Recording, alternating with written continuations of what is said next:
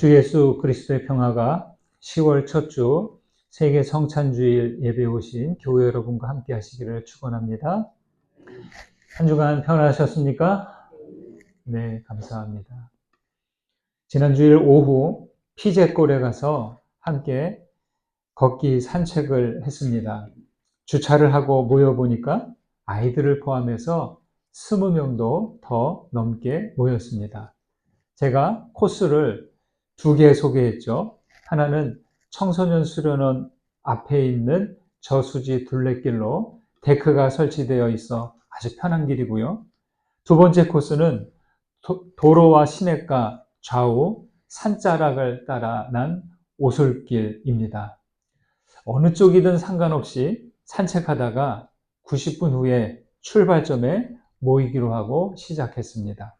그런데 모두 편한 데크길이 아니라 시냇가역 오솔길로 들어가는 겁니다. 저는 제일 뒤에 서서 걸었는데요. 금세 앞쪽이 안 보였고 바로 앞 몇 분 후에는 보이지 않게 되었습니다. 그래도 그냥 되는 대로 가다 보니까 약수터에서 만나고 통나무 의자가 있는 쉼터에서도 만났습니다. 그리고 속도를 늦춰 잠시 기다리니까 늦게 출발한 교우분들을 만났습니다. 좀 가다 보니까 벌써 이제 모임 장소에 도착했습니다. 출발점 직전에 연못과 평상과 놀이시설이 있는데 중간에 흩어졌던 분들이 모두 거기에 다 모일 수 있게 되었습니다. 속도 차이는 있는데 방향이 같으니까 결국엔 모두 한 자리에 모이게 되었습니다. 1시간 넘게 걷고 난 다음인데도 모두의 표정들이 참 맑고 편안하게 보였습니다. 아이들이 뛰어놀고요. 335 두런두런 나누는 이야기와 웃음소리가 참 맑고 정겹게 들려왔습니다. 그때 우리가 있는 곳으로 햇빛이 쫙 비치는데요. 그 풍경이 너무 아름다운 겁니다. 늘 교회라는 공간에서 마주할 때 모르던 그 모습을 산책하는 동안 새롭게 느껴지게 되었습니다. 앞으로 종종 함께 산책하는 시간을 가져보려고 합니다.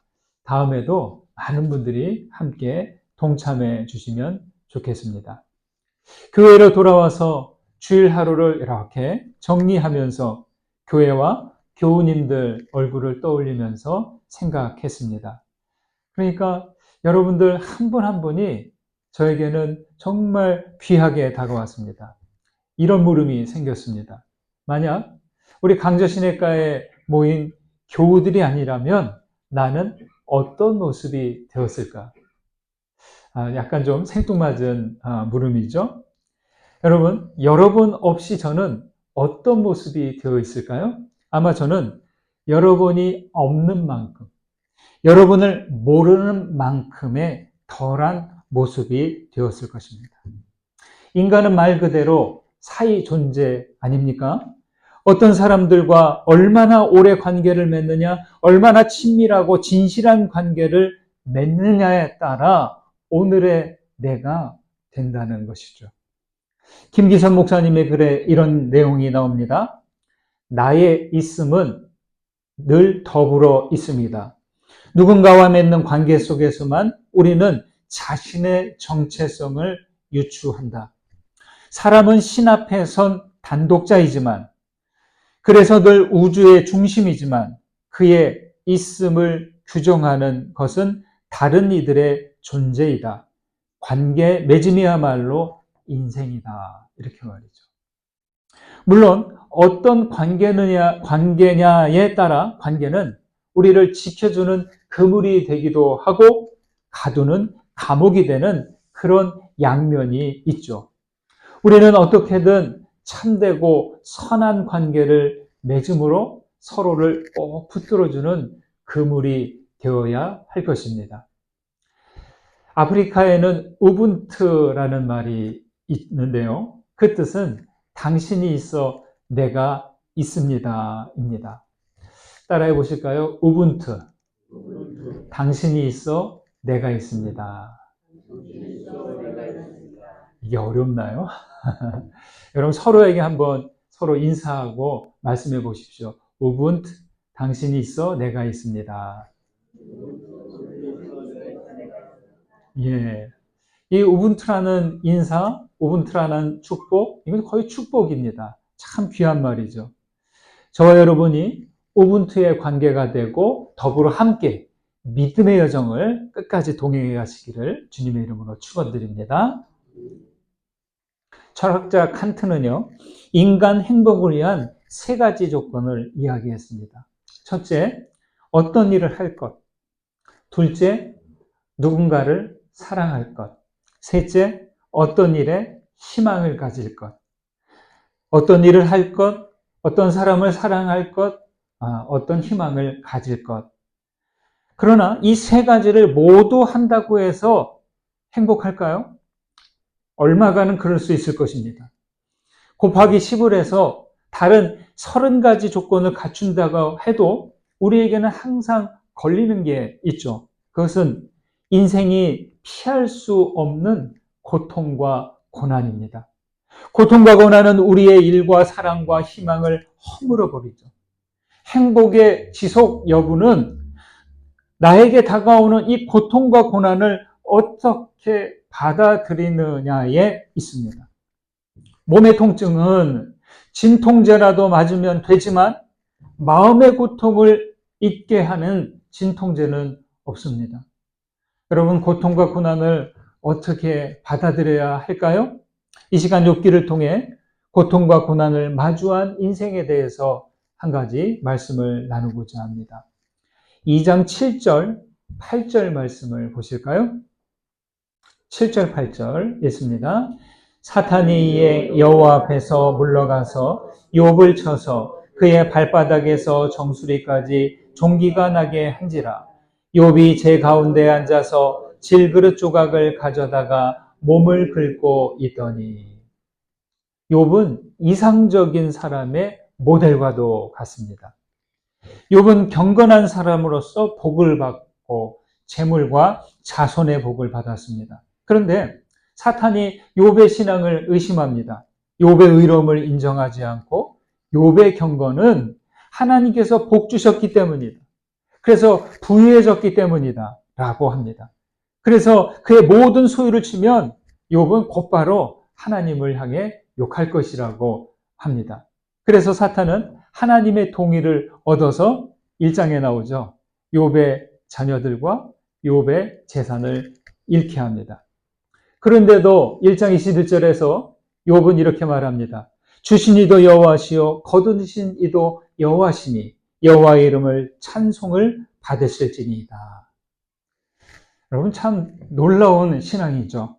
그러자 사탄은 다시 여기 2장 4절에서 말합니다.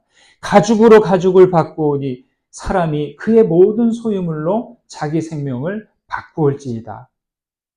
사탄은 욥의 생명을 위협하면 욥이 하나님을 더 이상 신뢰하지 않을 것입니다. 라고 하죠. 하나님은 이번에도 사탄의 제안을 받아들입니다. 단 하나의 조건, 욥의 생명만큼은 빼앗지 말라고 합니다. 사탄은 그래서 욥을 쳐서 발바닥에서 정수리까지 종기가 나게 했고, 욥은 그 온몸에 난 종기로 인해서 너무 고통스러웠는지 제 위에 앉아서 깨진 질그릇 조각으로 자기 몸을 긁고 있다라고 합니다. 쟤는 히브리어로 에페르입니다. 가장 낮고 천한 상태를 가리키는 걸 제 위에 앉아서 몸을 긁다. 득병하여서 고칠 수도 없고 죽지도 못하고 견디지 못하는 그 상태, 가장 비천한 상태 말합니다. 여러분, 욥의 이런 모습은 우리 인생이 겪는 비참한 모습을 그대로 보여줍니다. 사람이 자기의 비참을 알게 되는 때는 언제입니까? 여러분, 그동안 삶을 지내오시면서 참 내 삶이 비루하다, 내 모습이 비참하다, 언제 그런 때를 느끼셨습니까? 질병의 고통 속에서 헤어나오지 못할 때, 거듭되는 실패와 좌절로 넘어졌을 때, 사고나 재난이나 사회적 참사를 당했을 때, 깊은 상처와 죄책감에 젖을 때, 혹은 죽음이 주는 그 두려움과 슬픔 앞에서 우리 인생은 고통과 비참함을 겪습니다. 바울은 그래서 자신을 두고 이렇게 탄식했죠. 오호라 나는 곤고한 사람이로다. 이 사망의 몸에서 누가 나를 건져내랴. 오호라 나는 곤고한 사람이로다. 이 말은 나는 참 비참한 사람이구나. 이러한 탄식이죠. 여러분은 비참함을 어떻게 견디어 오셨습니까? 파스칼은 인간은 비참한 존재이면서 동시에 위대한 존재다라고 했어요. 이게 무슨 엉뚱한 말입니까? 비참하면 비참한 것이고 위대하면 위대한 거지 어떻게 비참함과 동시에 위대할 수 있을까요? 비참한 것은 실제로 자기 삶을 보아도 비참하기 때문이에요. 네. 위대하다고 한 것은 그러한 인생이 비참하다는 것을 알기 때문에 비참하다는 사실을 안다는 것, 그것으로 위대하다라고 말하는 거죠. 그런데요, 우리는 비참함을 아는 것에서 그치지 말고 하나님을 아는 것으로 나아가야 됩니다. 그 가운데서도 하나님을 신뢰하는 단계까지 나아가야 한다는 겁니다. 자신의 비참함을 모르고 하나님을 아는 것, 아니면 하나님을 알지만 이 비참함을 몰라요. 이건 참 위험한 상태입니다. 두 가지를 다 알아야 된다는 거예요. 하나님은 알지만 비참함을 모르면 철학자의 오만에 떨어지고요. 하나님 없이 비참을 알면 무신론자의 절망에 빠진다는 거죠. 제가 종종 말씀드리는 전 문화부 장관을 지내시고 우리 88 올림픽을 총괄 기획했던 이어령 교수님 말씀을 드리죠. 이분의 마지막 인터뷰를 정리한 책 마지막 수업에 나오는 내용입니다. 인터뷰 작가가 암 선고를 받기 이전과 이후의 과정이 어떠셨습니까? 이렇게 물었어요. 그러자 이어령 교수님은 암투병을 하는 동안 자기가 알게 된 게 생명은 선물로 받았다고 생각했다는 거예요. 그런데 생명만이 아니라 자기가 누리는 집과 자녀도 책과 지성도 자기 생의 모든 것들이 선물이었다는 것을 알게 되었다는 거예요. 이어서 물었습니다. 교수님, 고난에 처했을 때 인간은 비참해지거나 숭고해지거나 하는데 이 두 부류로 가르는 것은 무엇이냐고. 그때 이어령 교수님이 이렇게 말합니다. 그것은 영의 일이라네. 보통 때 사람은 육체와 지성으로 살아가는데 극한에 처했을 때나 죽음에 임박했을 때 영적인 면이 되살아나는 거야. 내가 지성에서 영성으로 쓸 수 있었던 것도 딸과 손자를 다 먼저 보내는 극한 고난을 겪었기 때문일세. 이렇게 말이죠. 여러분, 우리가 볼 때 이어령 교수라는 분은 성공하고 문학가로서 또 많은 또 탁월한 지성인으로서 존경을 받죠. 그러나 그분의 삶은 정말 비참한 거예요. 어느 정도 성공을 하고 인정을 받았지만 자기 딸이 고통 속에서 고난 속에서 지내다가 하나님의 부름을 받았고요.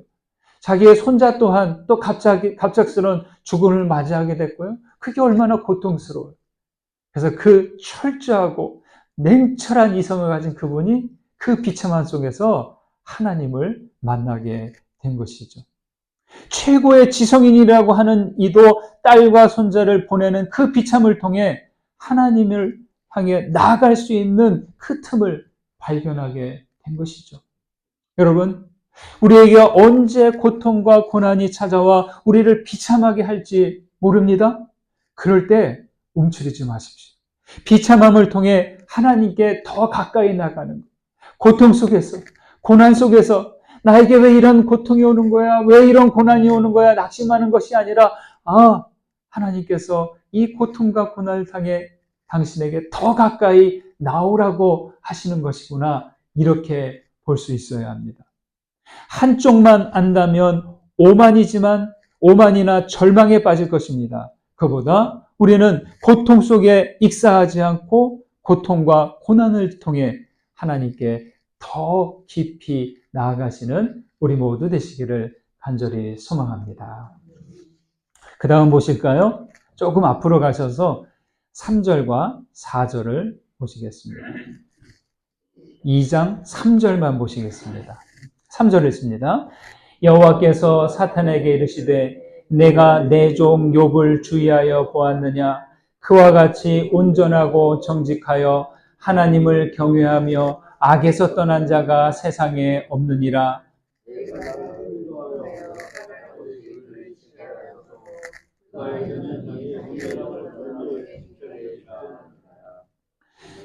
여러분, 그런데 이렇게 제위에 앉아 비참에 빠진 욥을 두고 하나님은 온전하고 정직하여 하나님을 경외하고 악에서 떠났다라고 합니다. 한 번이 아닙니다. 1장 1절에서도 1장 8절에서도 2장 3절에서 계속 욥을 두고 이렇게 동일하게 말씀합니다. 온전하다, 툰마라고 하는데 완전, 완벽함, 순결함, 흠없음 이런 뜻이에요. 여러분, 욥을 두고 온전하다라고 하는데 욥이 그만큼 완벽한 사람이기 때문에 그런 걸까요? 어떠세요? 완벽하지 않죠. 앞으로 나오는 욥의 이야기를 보면 욥은 인간다운 그 한계, 부족함을 그대로 드러냅니다. 욥은 완벽하지 않아요. 저는 하나님께서 욥을 온전하고 정직하다, 하나님을 경외하며 악에서 떠난 자로 말씀하시는 것이 고난을 필연적으로 마주할 수밖에 없는 우리 인생이 지향해 가야 하는 인간다운 목표라고 생각합니다. 네. 물론 완벽하게 그 상태까지 나아가지는 못하지만 그러한 지향을 두고 계속 나아가라는 거죠. 지향이 높아야 삶의 방향과 태도를 정할 수 있습니다. 지향과 태도가 엉성하면 우리는 어떻게 살게 될까요? 되는 대로 살게 되는 거죠. 그런데 온전하다, 여기부터 부담이 커요. 누구보다 우리는 내 자신이 얼마나 부족한 존재인지 알기 때문입니다. 여러분, 이 온전하다의 기준이 어디에 있을까요? 온전하다. 그것은 하나님 경외에 있습니다. 사람은 지식과 지혜도 도덕과 윤리 모든 분야에서 스스로 온전해질 수 없어요. 일시적으로 온전한 상태, 이 정도면 됐어, 만족해 할 수는 있어요. 그러나 그 상태를 계속해서 유지해가는 것은 어렵습니다. 하나님을 기준과 중심으로 삼아야 하고 하나님을 지향해야 하고 하나님을 통해서만 우리는 온전한 존재가 되는 거죠. 욥은 이것을 알았기 때문일까요? 이렇게 극한의 비참한 상황에 몰렸는데도 그는 이렇게 말합니다. 제일 뒤에 10절을 보실까요? 10절 같이 읽습니다. 그가 이르되 그대의 말이 한 어리석은 여자의 말 같도다. 우리가 하나님께 복을 받았은즉 화도 받지 아니하겠느냐 하고 이 모든 일에 욥이 입술로 범죄하지 아니하니라. 제 가운데 앉아서 깨진 그릇 조각으로 자기 몸을 긁고 있는 욥을 본 그의 아내가 하나님을 욕하고 죽으시오, 이렇게 아주 강하게 이야기합니다. 하나님께 복을 받았으니 화도 받을 수 있다고 아내에게 이야기합니다. 여러분, 사실 머리로는 얼마든지 이렇게 이야기할 수 있어요. 그런데 사실 이 심정적으로는 그렇게 하기가 힘들어요. 재산과 자녀를 모두 잃고 이젠 자신도 병에 걸려 죽지 못해 간신히 사는데 하나님을 긍정한다는 것, 참 말이 이렇지 이건 너무나 어려운 일이에요. 네. 여러분, 아무리 고통스럽고 비참해도 하나님 손을 놓지 않으셔야 됩니다. 네. 하나님께 나를 왜 이렇게 힘들게 하십니까? 라고 또 원망하는 말을 해도 그래도 하나님 손을 놓으시면 안 돼요. 어떤 일이 있어도 하나님을 멀리해서는 안 됩니다. 왜요? 하나님은 우리의 존재의 받침대이시기 때문이죠. 우리 생명의 바탕이시기 때문이죠. 하나님이 계시기 때문에 우리가 살아 숨쉬고 있는 것이죠. 하나님을 인정하지 않는다? 그거는 받침대 없이 사는 것이고 도화지 없이 그림을 그리는 것과 같다. 땅이 없는 상태에서 농사를 짓겠다고 하는 것과 같습니다. 한 작은 나라의 왕 이야기입니다. 왕은 내세울 만한 것이 없었어요. 하지만 이 왕에게는 특별한 다이아몬드가 있었습니다. 시작은 모르지만 수백 년 동안 전해져 내려온 특별하고 완벽한 다이아몬드였습니다. 전문가들이 최고의 평가를 내린 명품 보석입니다. 왕은 다이아몬드를 왕궁 중앙홀에 전시해 놓았고 24시간 경비를 세워 두었습니다. 그런데 어느 날 이 다이아몬드에 금이 간 것이 발견됐어요. 그래서 이름난 보석 감정사들을 데려와서 살펴보게 하니 다이아몬드가 이제는 더 이상 쓸모없게 되었다고 다들 결론을 내는 거예요. 여러분 그렇지 않습니까? 아주 최고의 값진 그 다이아몬드에 금이 갔어요. 균열이 갔어요. 이젠 더 이상 쓸모없게 된 거죠. 왕은 큰 충격을 받았습니다. 그리고 왕국 전체가 시리에 빠졌어요. 그때 한 나이든 세공사가 나타나서 보석을 보고는 일주일이면 자기가 세공해 두겠다고 수리하겠다고 이야기를 합니다. 이렇게 보니까 별로 대단해 보이지도 않고 전문가처럼 보이지도 않았어요. 그런데 이제 대안이 없지 않아요? 그래서 왕은 그에게 세공을 맡겼고 일주일 뒤에 약속한 날이 되었습니다. 왕은 믿을 수가 없었어요. 그 금이 갔던 그 보석은 훌륭하게 바뀌어 있었습니다. 세공사는 보석 한가운데를 지난 그 금을 줄기로 삼아서 활짝 핀 장미꽃 그리고 잎사귀 가시들을 거기에 다 세공해 놓았습니다.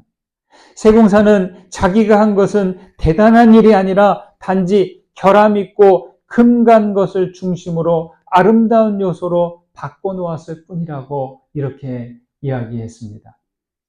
그리고 이 이야기는 이렇게 끝맺습니다. 우리는 상처 때문에 불완전한 인간으로 남는 것이 아니라 상처의 결과로 온전한 인간을 향해 나아가는 것이다. 이렇게 말이죠. 여러분, 인간은 누구나 아름다운 다이아몬드처럼 하나님의 형상으로 태어났어요. 그러나 사는 동안 죄로, 상처로, 고통과 고난으로 깨어지게 됩니다. 그대로 끝나야 될까요? 그렇지 않습니다. 신앙의 삶은 무엇입니까? 상처 입고 깨진 자신을 은혜와 사랑으로 아름답게 다듬어가는 것이 우리 신앙의 삶이 됩니다. 사랑하는 여러분, 비참 가운데 거할지라도 하나님께 더욱 가까이 다가가 주님과 더불어 함께 거하시기 바랍니다.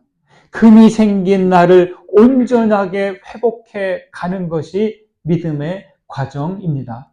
상처와 고통을 지나서 하나님 안에서 온전함을 굳게 지켜내시는 우리 모두 되시기를 주님의 이름으로 축원드립니다. 받은 은혜 생각하면서 거듭의 기도 드리겠습니다. 말씀 가운데 울림이 되고 깨달아진 부분을 붙드시고 기도로 올려드리십시오. 기도합니다.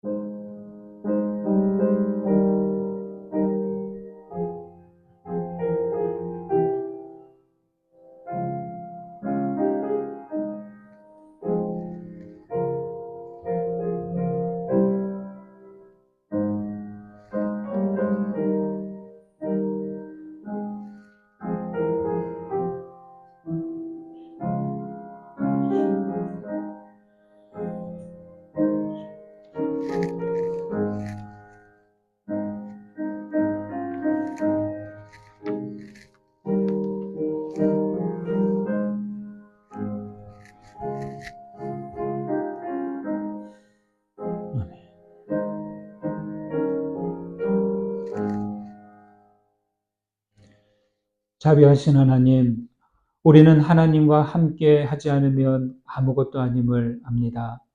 참된 삶은 관계 맺음에 있음을 기억하오니 서로를 지켜주는 그물이 되게 하옵소서.